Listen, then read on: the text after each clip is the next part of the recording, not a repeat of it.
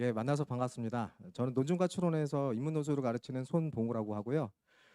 오늘 시간 좀 짧아서 제가 제 소개하고 그다음에 강의 소개 그리고 앞으로 진도들에 대해서 조금 말씀을 드릴게요. 우선 저는 2007년부터 논술 강사를 했고요. 현재 18년 차가 됩니다. 주로 이제 강남대성에서 한 5년 정도 있었고요. 그리고 이제 현재는 논중과 추론하고 학림 그리고 매해 고등학교 출강을 하고 있어요. 그래서 올해도 지금 하고 있는데 어 저는 그냥 저를 한마디로 조금 정의하면은 강의 준비를 되게 좀 열심히 하는 강사입니다. 어 과거에 대성에 있을 때 당시에는 이제 종합반에 한 반에 노술 강사가 2명씩 번갈아 가면서 수업을 들어갔었거든요. 근데 이제 저 말고 같이 들어가신 한 분이 외모가 매우 출중했어요. 키는 한 185 정도 됐고요. 그리고 얼굴도 귀염상이었습니다. 근데 이제 그분이 수업을 하시고 이제 나와서 같이 한번 밥을 먹은 적이 있는데 자기가 그렇게 썰렁한 개그를 하면 애들이 그렇게 좋아한대요. 선생님 너무 귀엽다고. 그래서 나도 한번 해볼까 해서 저도 이제 썰렁 개그를 준비해 가지고서 수업에 들어간 적이 있었었는데 같은 반에 애들한테 물어봤어요.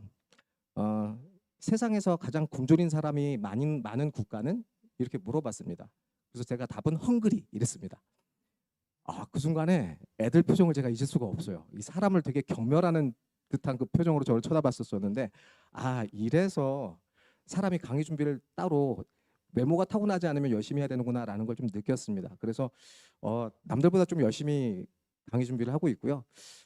제가 지금 화요일 날 이 논중과 추론에서 6시에 강의를 하고 있는데 시간이 조금 되시고 그다음에 제가 설명회를 조금 들으시면서 이놈이 약간 좀 믿을만하다라는 판단이 좀 된다면 애들 보내주시면 환영합니다.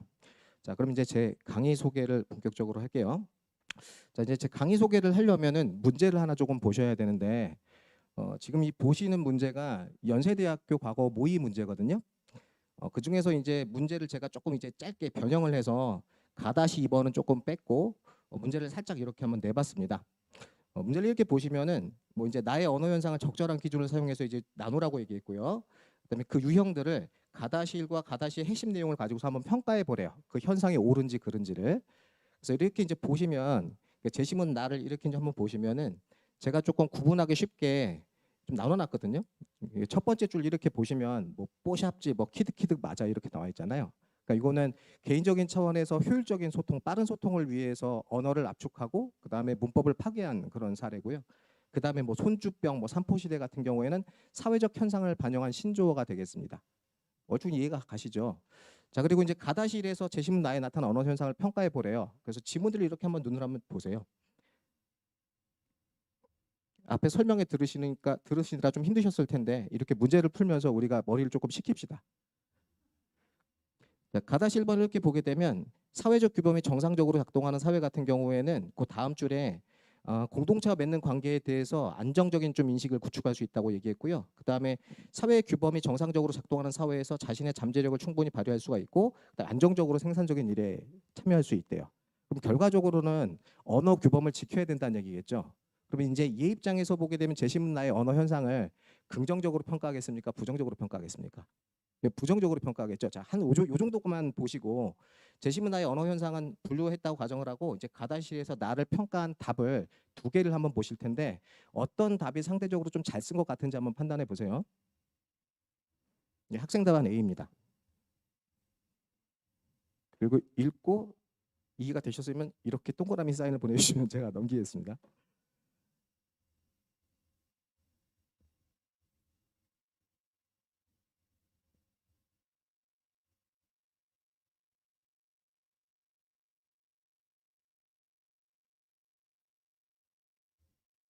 되셨죠? 예, 오케이. 자, 학생 답안 B입니다.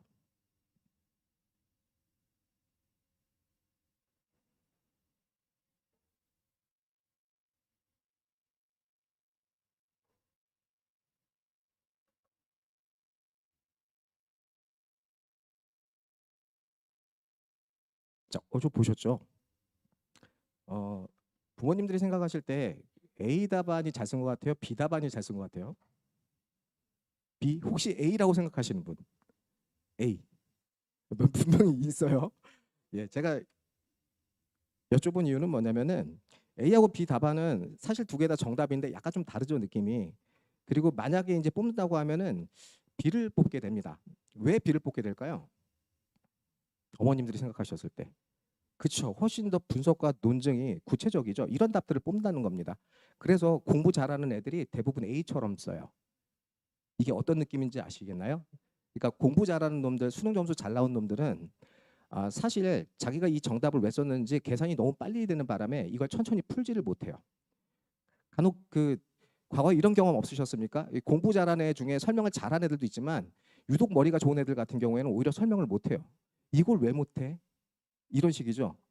영어 어떻게 하면 잘해? 그거 타고나야 돼. 머리가 좋아야 돼. 열심히 하면 돼. 그러니까 이런 식으로 얘기하는 똑똑한 친구도 있다는 얘기입니다. 그래서 이런 친구들은 근거를 구체적으로 제시하지를 못해요. 은근히. 그래서 제가 이걸 좀 보여드리는 이유는 뭐냐면 논술 같은 경우에 연습을 통해서 분석 및 논증 능력들을 높일 수가 있고 똑같은 정답이라 하더라도 논술 시험 같은 경우에는 남들과 조금 다르게 쓸 수 있는 지점이 존재한다라는 겁니다. 그래서 제 수업은요. 우선 대입 논술 같은 경우에도 기본적으로 점수를 매겨야 되기 때문에 사실은 학생들의 사고력을 이제 객관적으로 검증해서 점수로 판단해 갖고 발표를 하거든요. 근데 이제 그래서 대입 논술은 정답이 있는 시험이긴 하지만 제가 아까 조금 말씀드렸던 것처럼 이게 지금 경희대학교에서 발표한 채점 기준이고요. 뭐 예리한 문제 제기, 뭐 독창적인 구성, 뭐 표현력. 그다음에 요거는 이제 중앙대학교에서 발표한 거고요. 뭐 매우 논리적이거나 창의적인 경우 최대 5점을 가산할 수 있다. 그다음에 요거는 이제 한양대입니다.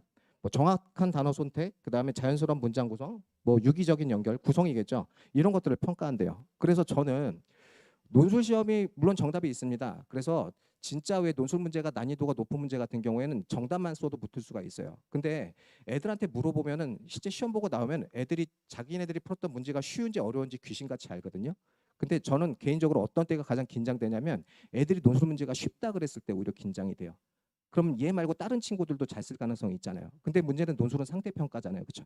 그래서 저는 다른 친구들보다 어떻게 하면 조금 더 잘 쓸 수 있을까 그 포인트를 조금 고민한 강사고요. 그래서 저는 대입 논술에서 요구하는 정답 플러스 알파 좀 디테일이 있어야 된다고 생각합니다. 이 디테일은 구성이 될 수도 있고 표현이 될 수도 있고 앞에서 보셨던 것처럼 분석이 될 수도 있어요. 예. 그래서 저는 이제 좀 수업을 할 때 뭐 이제 이거는 뭐 여러 가지 문제 유형 중에 답안의 구성을 잡는 뭐 구성력하고 이제 독해력을 위해서 이런 식으로 이제 구조를 잡아주기도 하고요. 그다음에 이제 지금 보시는 답은 한양대 입학처 홈페이지에 가시면 다운받을 수 있는 답인데 제가 가르쳤던 친구 답입니다. 이 친구가 작년에 연락이 왔는데 자기 답안이 우수 답안으로 선정이 돼서 한양대학교 입학처 홈페이지에 올라갔다 하더라고요. 이 친구가 바로 한양대 인문논술 수석입니다.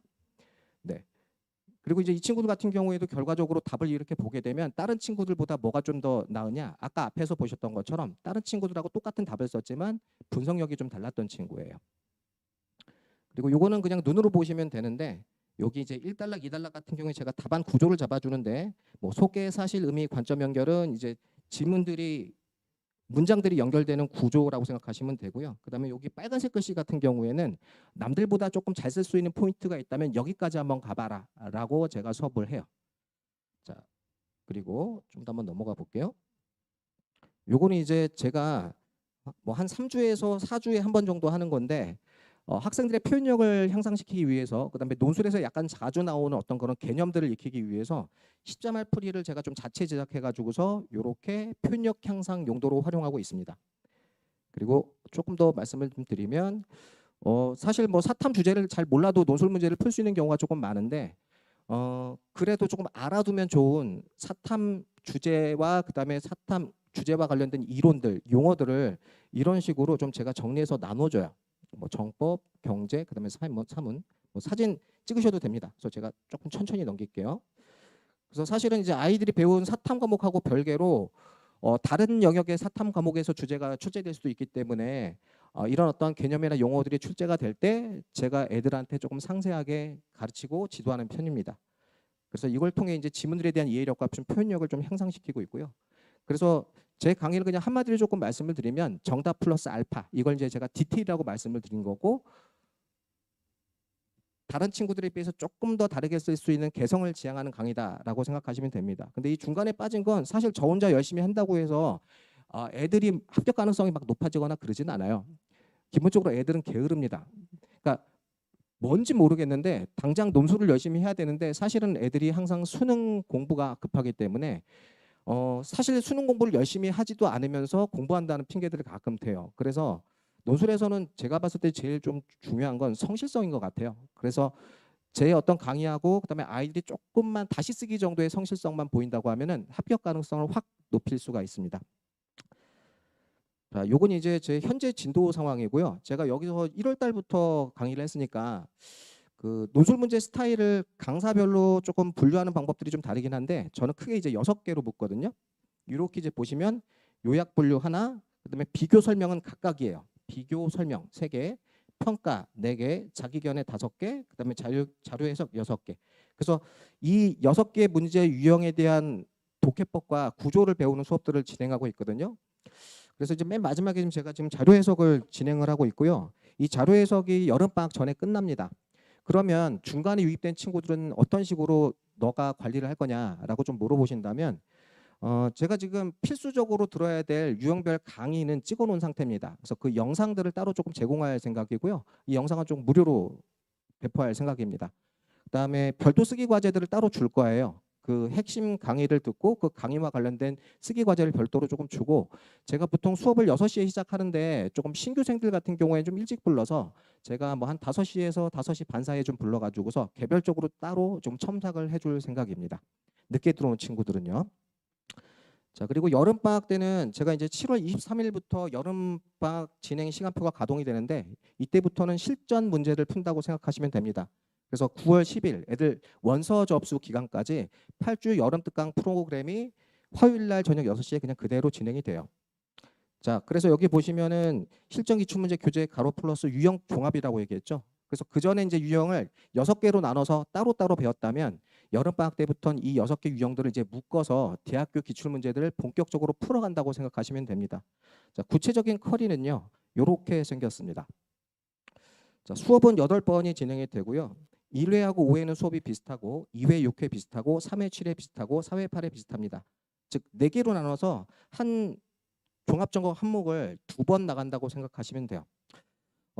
우선 이제 1회차 때는 분류, 설명, 평가인데 제가 빨간색 가로치고 영어 제시문이라고 넣어놨죠. 그러니까 영어 제시문 독해 능력도 이때 한번 좀 보겠다는 겁니다.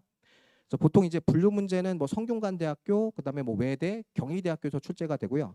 뭐 영어 제시문 같은 경우에는 연세대, 그리고 외대 인문, 그다음에 이화여대 인문계열에서 출제가 돼서 이것들을 제가 좀 결합해 가지고서 종합적으로 좀 점검하고 그다음에 지원 가능한 대학들도 좀 점검을 할 겁니다. 그리고 2회하고 6회는 다른 문제 유형들이 있죠. 비교, 설명, 평가, 견해가 이렇게 조금 종합된 그런 문제들을 푸는데 특징은 뭐냐면 답안 분량이 좀 짧은 대학교들 문제를 볼 거예요. 여기서 짧다라는 기준은 뭐냐면 500자 내외 정도라고 생각하시면 됩니다.